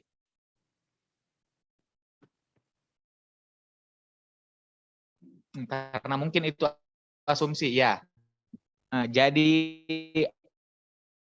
biasanya juga di soal PU ada opsi mungkin benar. Misal opsi A itu mungkin benar, opsi B mungkin tidak benar. Itu sudah pasti bukan jawabannya. Oke? Jadi kalau ada soal-soal yang seperti ini, jawabannya misal mungkin benar, mungkin tidak benar, itu sudah pasti bukan jawabannya. Karena kalau mungkin benar, sudah pasti mungkin tidak benar. Nah, ini agak mikir sih. Bisa ya? Ya gitu deh. Jadi untuk nomor 4, jawabannya cuma ada 2. Valid atau tidak valid. Nah, sekarang kita identifikasi entitasnya. Untuk nomor 4. Ada bangunan menggunakan kayu jati. Nah, jadi misal ini bangunan BG, lingkarannya ini nih. Nah, terus ada kayu jati. Jadi saya highlight dulu. Jadi di sini entitasnya ada bangunan dan kayu jati. Untuk premis pertama. Premis kedua ada entitasnya itu rumah sewa dan kayu jati, tetap kayu jati. Nah, jadi entitasnya ada 3. Bangunan, kayu jati, dan rumah sewa. Jadi saya gambarkan dulu diagram Venn-nya. Bangunan,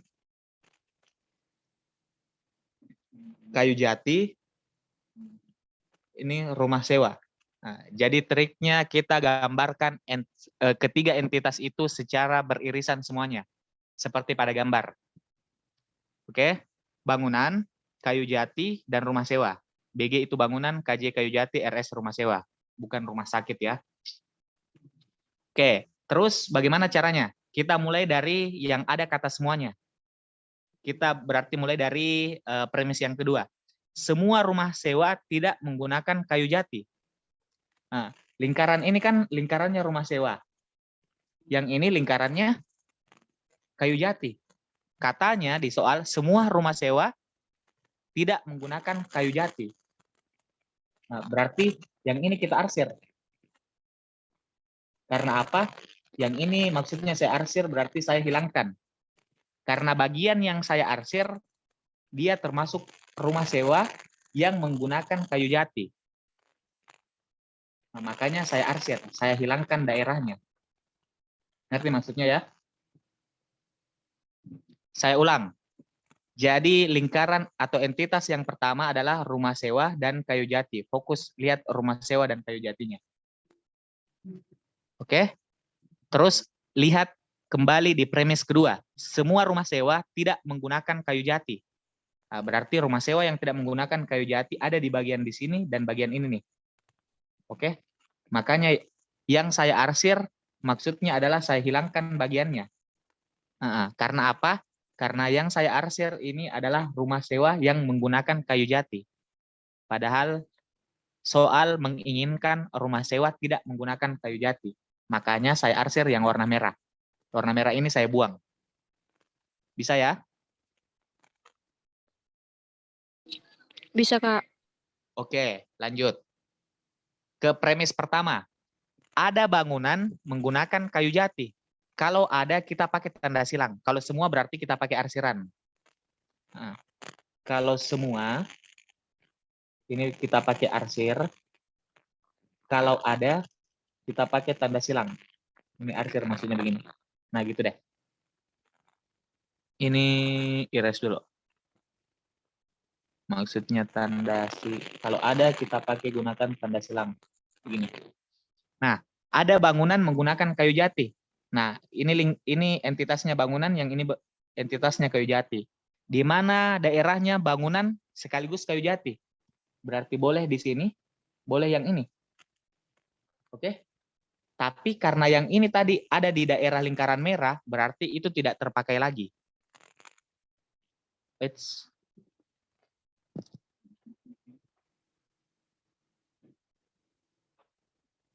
Oke. Jadi yang di lingkaran merah, X di lingkaran merah ini sudah tidak terpakai lagi.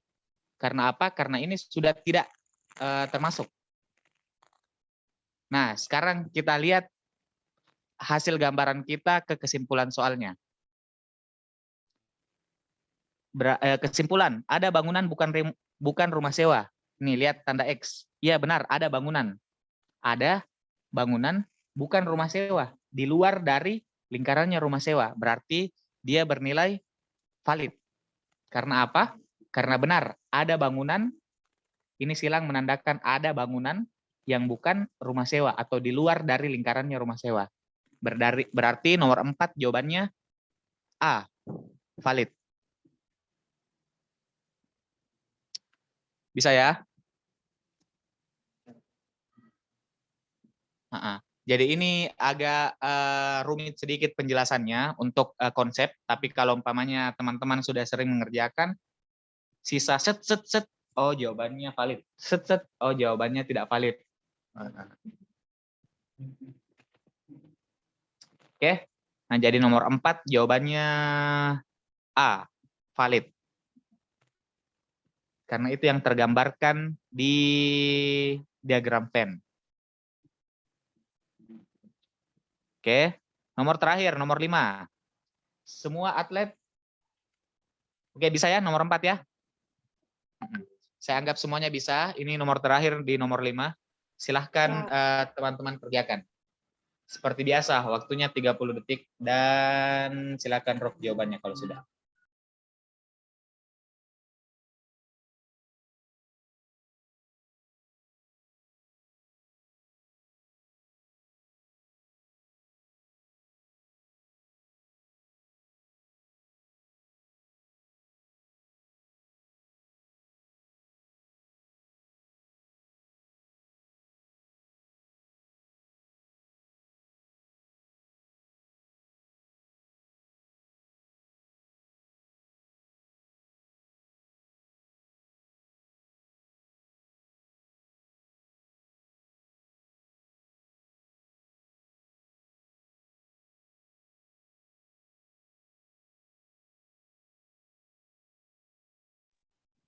Nah, pertentangan terjadi.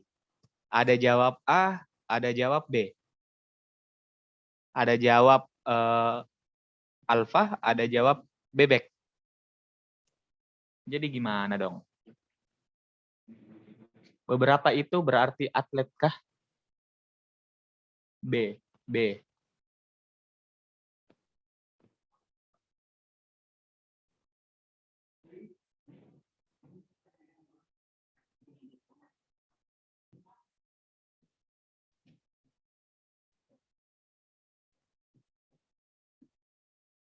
Kalau bukan berarti B, maybe. B, oke. Banyak jawab A, banyak jawab B, kayaknya imbang. Untuk jawab A dan jawab B, semuanya banyak masanya. Tapi kebenaran bukan dihitung dari mayoritas pemilih. Oke. Oke, untuk nomor 5, nomor terakhir, banyak yang jawab A, banyak jawab B. B, masih bimbang. Halo Niluh Nyoman. Niluh Nyoman Merah Asri Santi. Santi. Oh, Santi. Muhammad Fahru Rozi, D. Elsa Syafitri, D. Oke, tadi di bagian atas banyak yang jawab A, terus bagian bawah banyak jawab B. Sekarang saya mau bahas untuk nomor 5. Oke, kita kembali fokus dulu teman-teman. Untuk nomor 5. Tarik nafas dulu deh.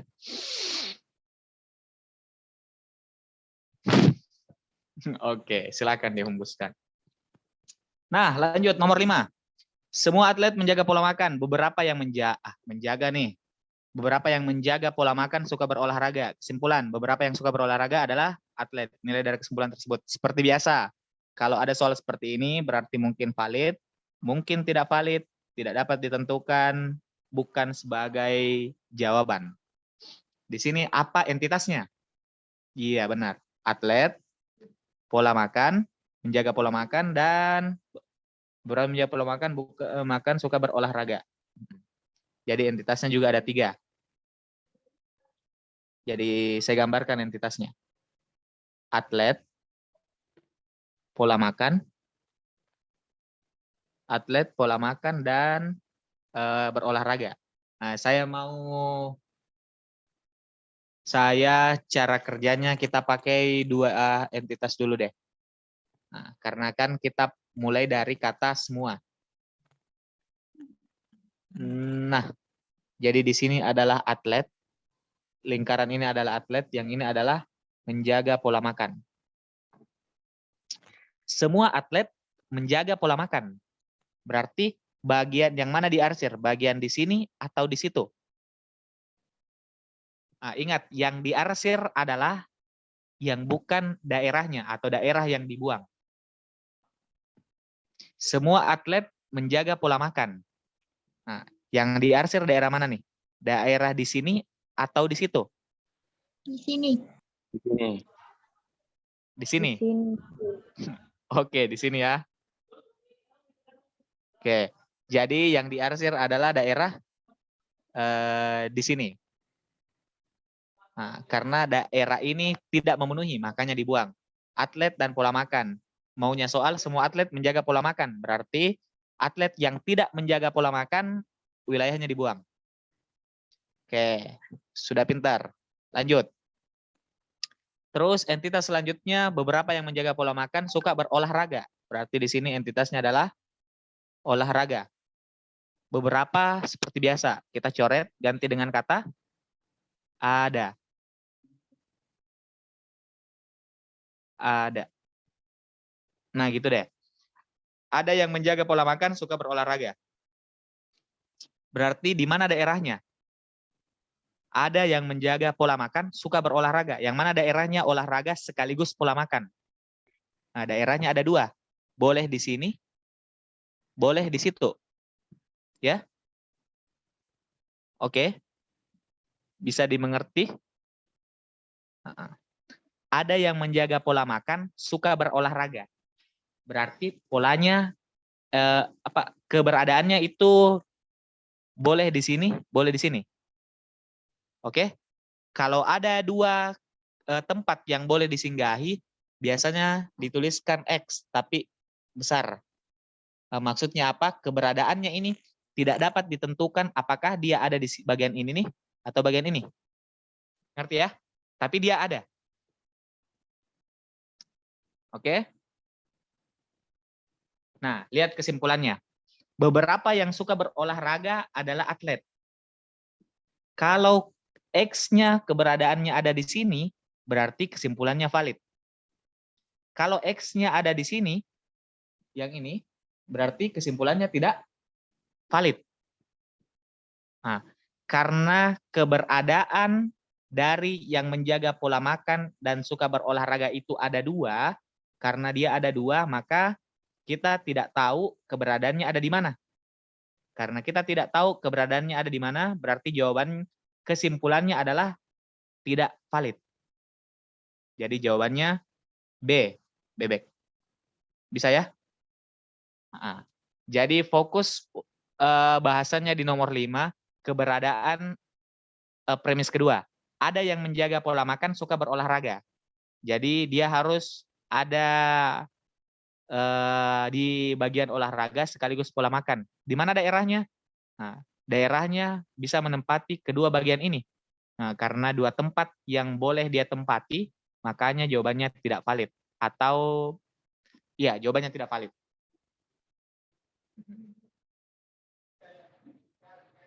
Bisa ya? Nah, jadi tips untuk soal-soal menguji validitas, yang pertama, buat lingkaran entitasnya dulu. Buat lingkaran entitas. Terus yang kedua arsir daerah yang tidak memenuhi. Terus lanjut yang ketiga, baru mulai silang keberadaan. Yang 4, simpulkan. Nah, gitu deh. Oke. Sampai sini ada yang mau ditanyakan? Kita diskusi mungkin 2-3 menit terkait terhadap soal, ataupun siapa tahu ada teman-teman mau sharing-sharing tentang perkuliahan atau tentang kesibukan di SMA, entah itu PR-nya yang susah, gurunya yang cakep, siapa tahu ada cinlok sama gurunya.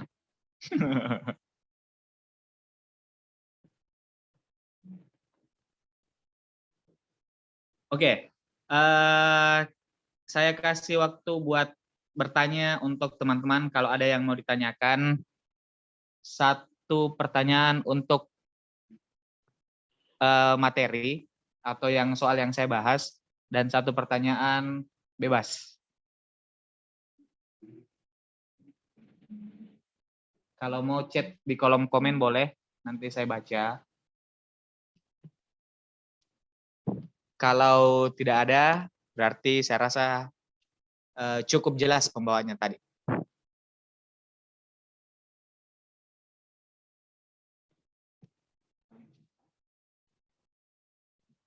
Mohon maaf Kak, saya izin bertanya. Untuk soal nomor 4 sama 5, ada nggak cara lain tanpa diagram Venn? Nah, seperti yang tadi saya bilang, untuk diagram Venn itu hanya salah satu cara menguji validitas. Nah, jadi ada banyak cara lain untuk menguji validitas suatu kesimpulan. Biasanya ada yang berpikiran, oke diagram Venn ya, saya scroll ke bawah dulu. Nah, siapa tahu ada yang mau screenshot, silakan screenshot.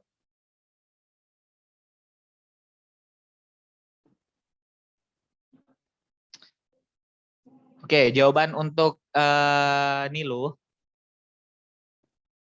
Untuk menilai validitas dari suatu kesimpulan, salah satu caranya adalah dengan diagram Venn. Karena saya bilang salah satu cara, berarti ada cara lain untuk menguji validitas. Nah, apa cara lain itu? Biasanya dengan memikirkan saja tanpa memakai diagram Venn. Nah, tapi untuk biar gampang pengajarannya, makanya saya pakai metode diagram Venn. Karena kalau saya jelaskan secara hanya verbatim saja, tanpa ada coret-coretan, itu agak ngambang. Makanya pakai metode diagram Venn untuk menguji validitas.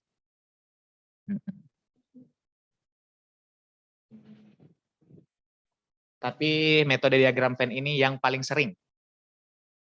sering diajarkan kepada siswa-siswa.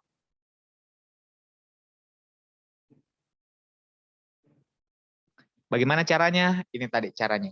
Buat lingkaran entitasnya, seperti yang saya gambarkan, bersinggungan semuanya. Terus arser daerah yang tidak memenuhi, silang keberadaan, lalu simpulkan. Oke. Semoga terjawab ya, Nilu. Nah, satu pertanyaan random.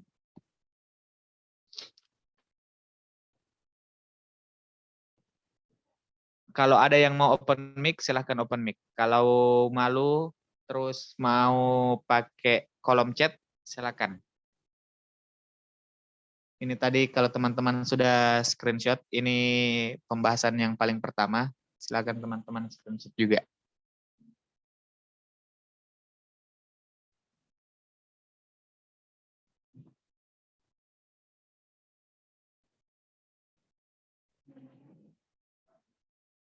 Maaf Kak, itu nomor 1, 2, 3 bisakah kalau dihilangkan saja kalimat duanya? Nah, yang dihilangkan harusnya rasa penyesalan.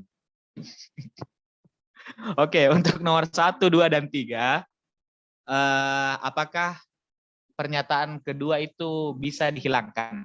Nah, jawabannya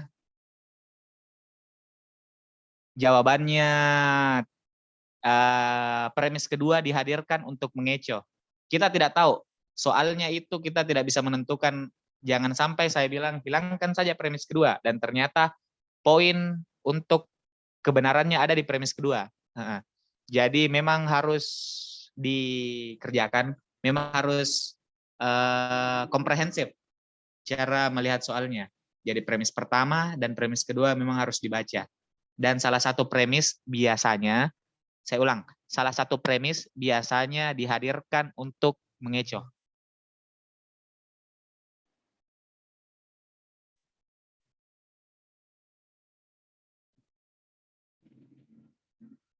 Oke, semoga terjawab Jihan Adila.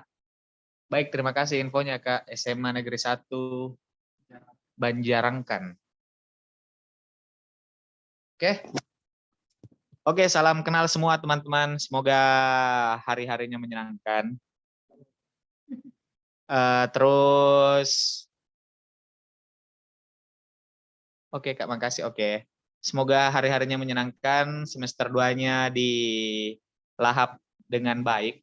Entah itu materi dari guru-gurunya atau kisah kasih di SMA-nya.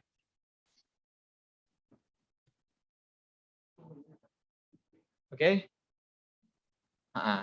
Saya kembalikan ke moderator mungkin. Oke deh, terima kasih banyak ya Kak Mufli. Pembahasannya tadi Oke. udah lengkap banget ya tadi, mulai dari materi, bahas soal ya. Nah, jadi banyak perspektif baru yang kita bisa dapatkan malam ini ya.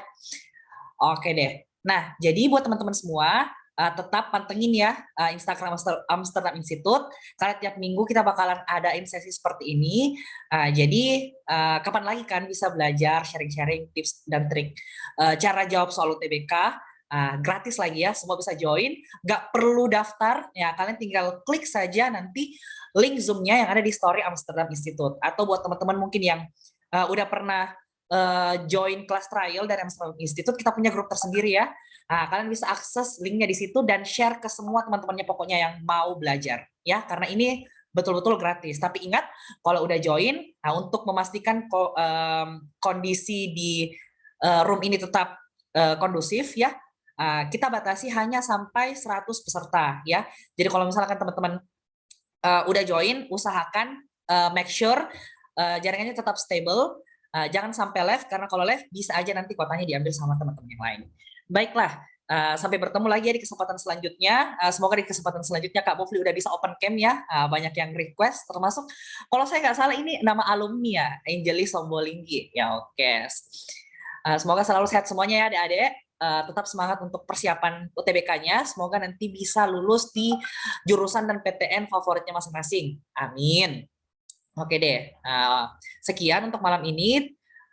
Thank you very much. Wassalamualaikum warahmatullahi wabarakatuh. And good evening. Dan video ini bakalan kita upload di YouTube Amsterdam Institute. Jadi jangan lupa subscribe semuanya. Thank you. Thank you Kak Farid. Ya, sama-sama. Salam. Thank you. Thank you. Syukron, Kak. Thank you. Thank you. My pleasure. Ya. Ayo daftar di Amsterdam Institute semuanya. Thank you. Yang paling terakhir keluar dapat hadiah. Oke, jadi ada agenda dadakan nih ya dari Kak Mufli. Kayaknya Kak Mufli ini baru habis gajian ya. Jadi kayaknya mau iko-ikoyan mungkin Kak Mufli di sini buat peserta yang terakhir les. Oke. Kak Mufli sekarang lokasinya lagi di mana? Sekarang saya dari Amsterdam Institute. Oke, lagi di Amsterdam Institute ya, gedung tercinta kita semuanya. Nah, siapa tahu mungkin ada teman-teman yang mau tanya-tanya langsung Kak Mufli, bisa mungkin Kak Mufli drop nomor WA-nya, mungkin di sini tahu ah. Oke, tahu aku lah logat Makassar kok. Oke, boleh. Iya. Nah, jadi saya tetap menjaga logat ya, se-inklusif mungkin supaya semuanya bisa tetap mengikuti the way I explain something ya. Nggak mau aja keluar sampai besok. Ada Anindya Reski dari SMA Negeri 2 PLP Palopo ya, Anindya. Ini sudah. Oke, saya stop record dulu ya.